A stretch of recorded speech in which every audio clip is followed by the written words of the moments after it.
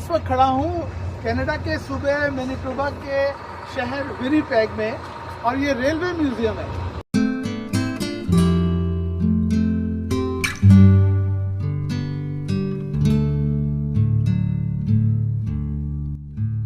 आप देख सकते हैं कि जो विनीपेग है कनाडा ईस्ट और वेस्ट है, तो विनीपेग का ये शहर जो है, ये दरवाज़ा है, ये बीच है, ये वेस्ट में है, ईस्ट को वेस्ट से मिलाता है। तो आप सबको मालूम है कि कनाडा की तारीख पुरानी है और कनाडा की जो तरक्की है उसके पीछे इन ट्रेनों का बहुत हाथ है। इन्हीं ट्रेनों पे एक हिस्से से दूसरे हिस्से कानकनी और दूसरे मादनियात जाते थे, तिजारती सामान जाता था। और कनाडा की जो तरक्की है ना, वो चीनी मजदूर और सिख बिरादरी के जो लोग हैं उन्होंने यहाँ पहले की प्रक्रिया में छोड़ा।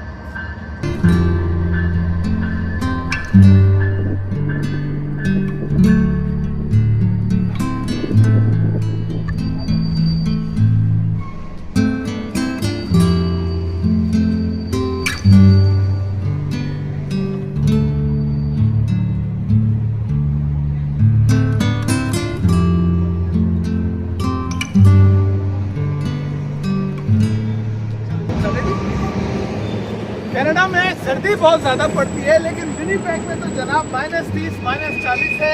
ये पुरानी ट्रेन और ये आप इसको देख कर अंदाज़ा कर सकते हैं कि इन्होंने अपनी चीज़ों को कैसे संभाल कर रखा। तो यहाँ पर म्यूजियम है ट्रेन के बारे में, इसको तफसील से देखा जा सकता है।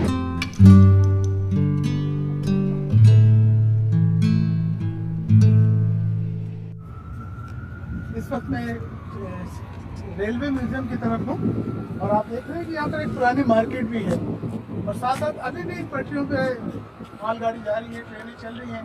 तो इनका जदीद जो सिस्टम है वो अभी तक चल रहा है और बहुत खूबसूरत है विनीपेग का डाउनटाउन। लेकिन इसमें ज़्यादा हमें भीड़ भाड़ और जो हम ओंटारियो में देखते हैं वो चीज़ें नहीं हैं। और बाजार की तरफ चलते हैं, वहाँ देखेंगे।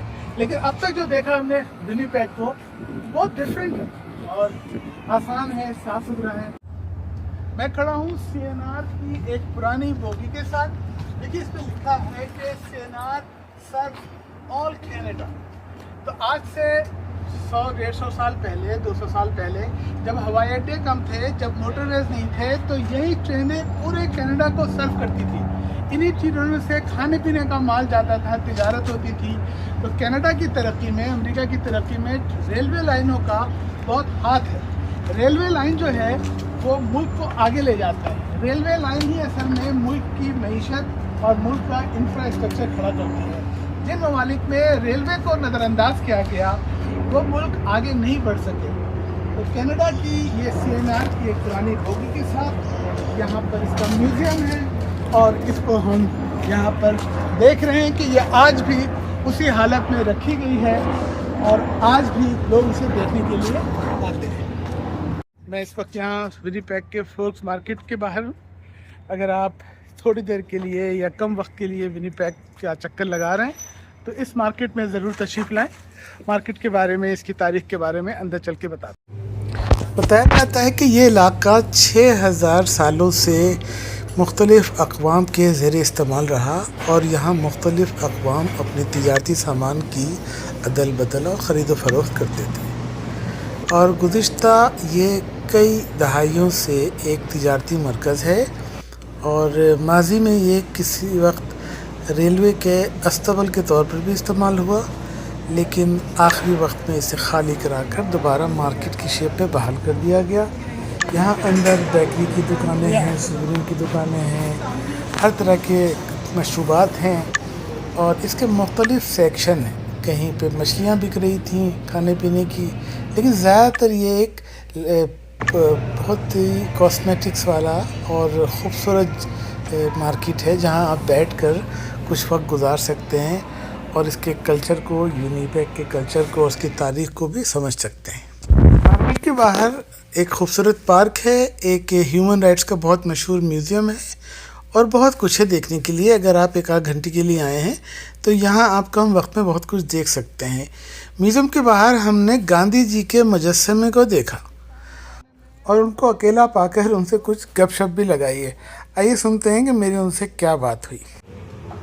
गांधी जी, आपने पाकिस्तान बनाने में, आज़ादी दिलवाने में एक रोल प्ले किया और इंडिया पाकिस्तान में लाखों करोड़ों लोग आपकी तालीमात से, आपकी अमन की बातों से बहुत सपोर्ट करते हैं आपको। आपको क्या लगता है आज 70-80 साल के बाद इंडिया पाकिस्तान अलग हो गए, तो आप समझते हैं कि आपने तहरीक ठीक चलाई थी?